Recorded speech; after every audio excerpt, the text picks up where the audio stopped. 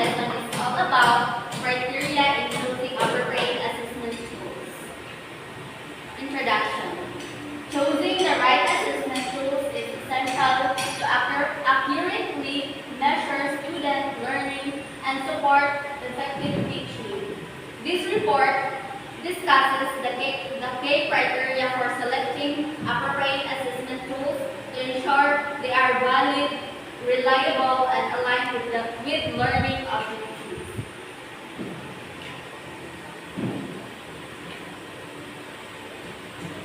Assessment methods are strategies and tools used to evaluate how well students meet learning goals. Teachers must select tools that align with outcomes, offer clear feedback, and accommodate different learning styles for fairness.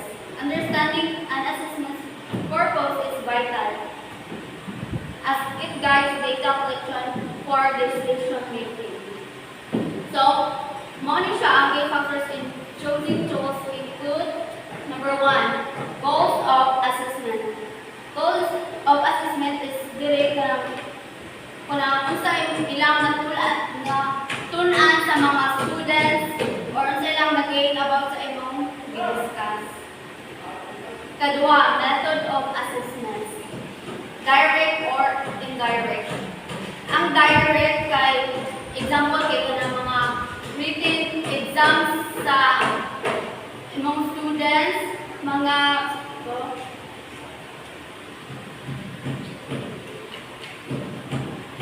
assignments, examination, portfolios sa mga bata. Amo na siya ang direct sa method of assessment.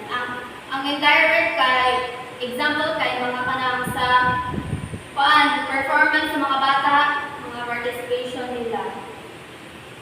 Ikatulo, interval of giving assessment or also known as formative assessment is diri gina-check nimo ang understanding sa bata sa mga students. Example, maghatag ka quizzes kung naabay nasabtan ang bata sa imong quiz. One of the challenges for beginning teachers is to select and use appropriate assessment techniques suited to the learner's needs. Beginning teachers may not only have to communicate the learning and motivation, but also continuously replan students' learning and modify planned activities.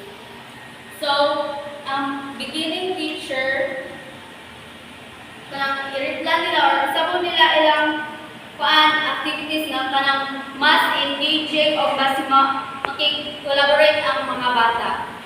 According to AXAL 2009, beginning teachers find this more difficult than experienced teacher. And this becomes even more complex when keeping in mind the needs of your responsive students' needs simultaneously and be consistent in strategies teachers most often use during instruction. So, beginning teacher is kanang, di ba, bago pa man beginning po, mas malisudan daw sila kay kanang wala pa sila enough knowledge or di pa niya silang mind to think kanang creatively. Mas ma-engage ang bata sa mga activities. The most familiar assessment strategies teachers use are the formal method and informal method. The formal method includes utilizing direct or indirect method. Moto ngayon kanina. Examples of direct methods are examinations, written assignments, portfolios, score games between entry and exit, supervisor ratings of student skills dissertation. Ito siya ang direct methods. Ang indirect methods can provide useful results that provide informative that can be used in making decisions to improve student learning. Examples of these indirect methods kanang mga student satisfaction or sa imong activities, lingaw ba sila or happy ba sila, student participation evaluation, reflective essay, data of placement, and other measurements of post-graduation performance, etc.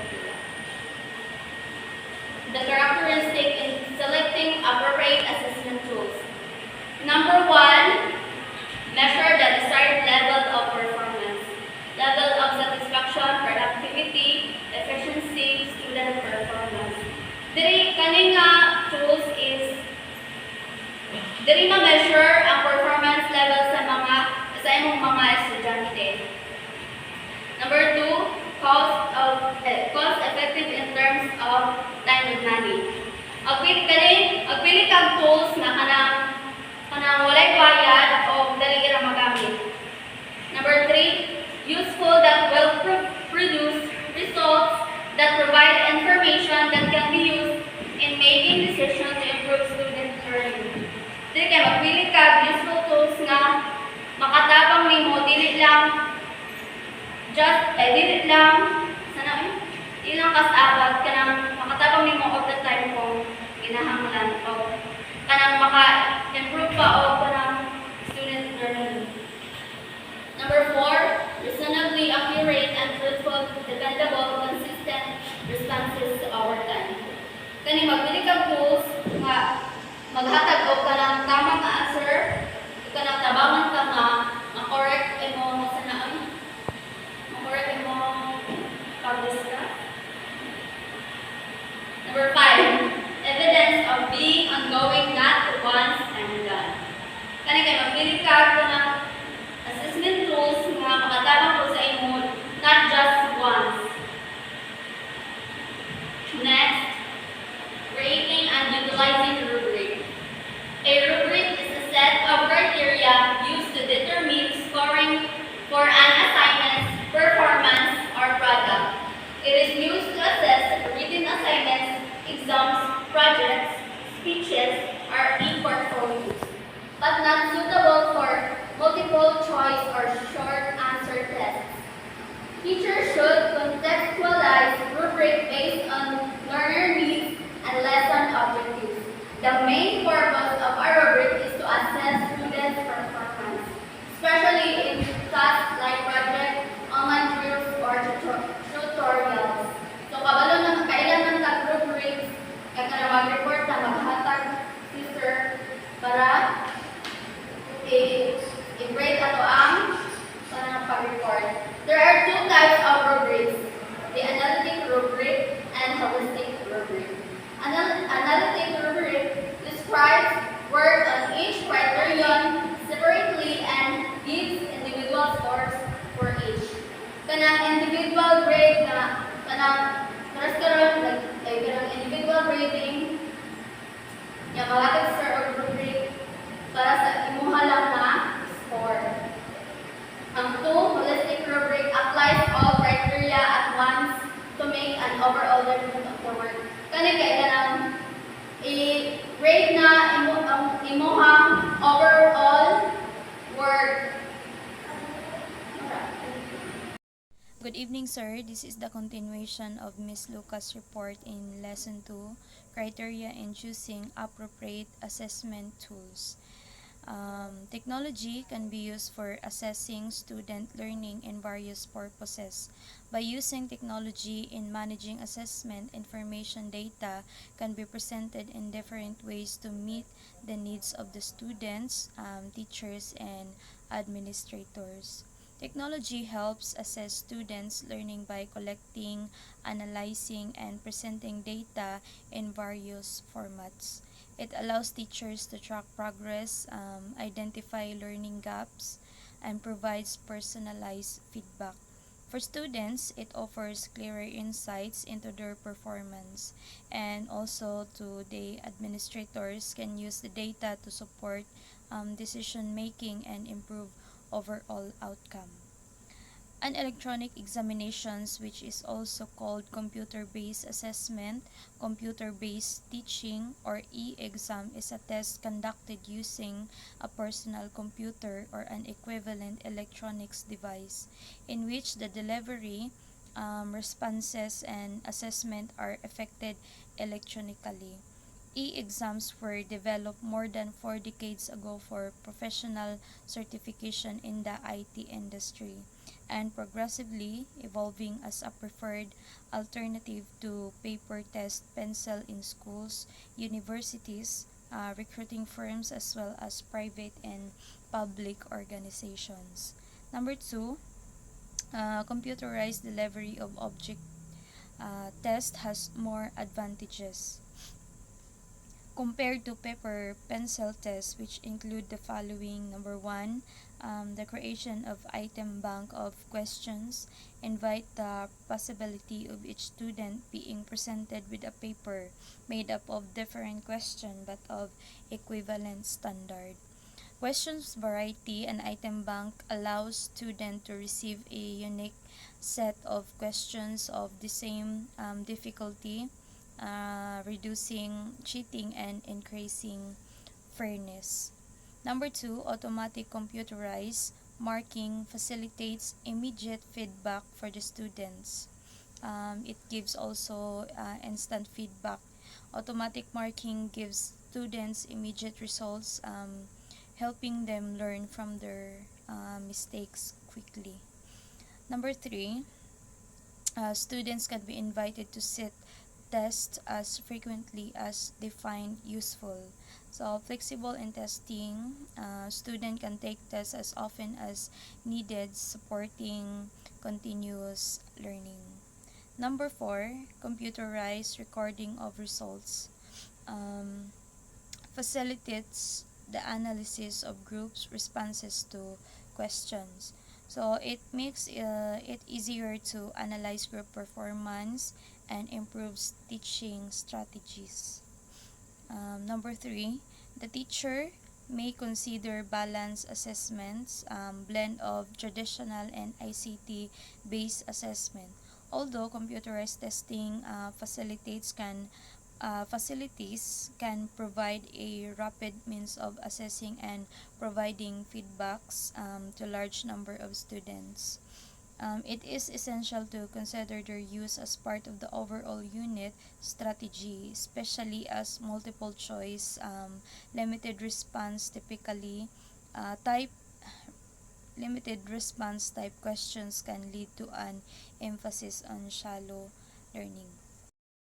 Number four is electronic portfolio, which is also known as an e-portfolio, digital portfolio, an online portfolio.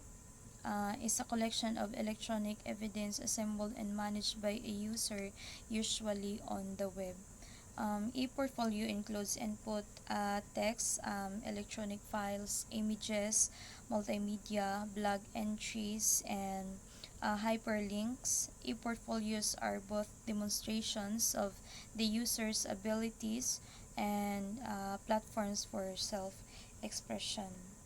Um, Also, electronic portfolio, it is easy access and sharing, organized tracking, and multimedia support, and environmentally friendly.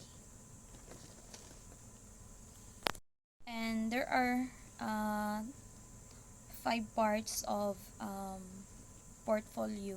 Number one is ideal portfolio. It contains all work of students. It is not given to provide students a grade.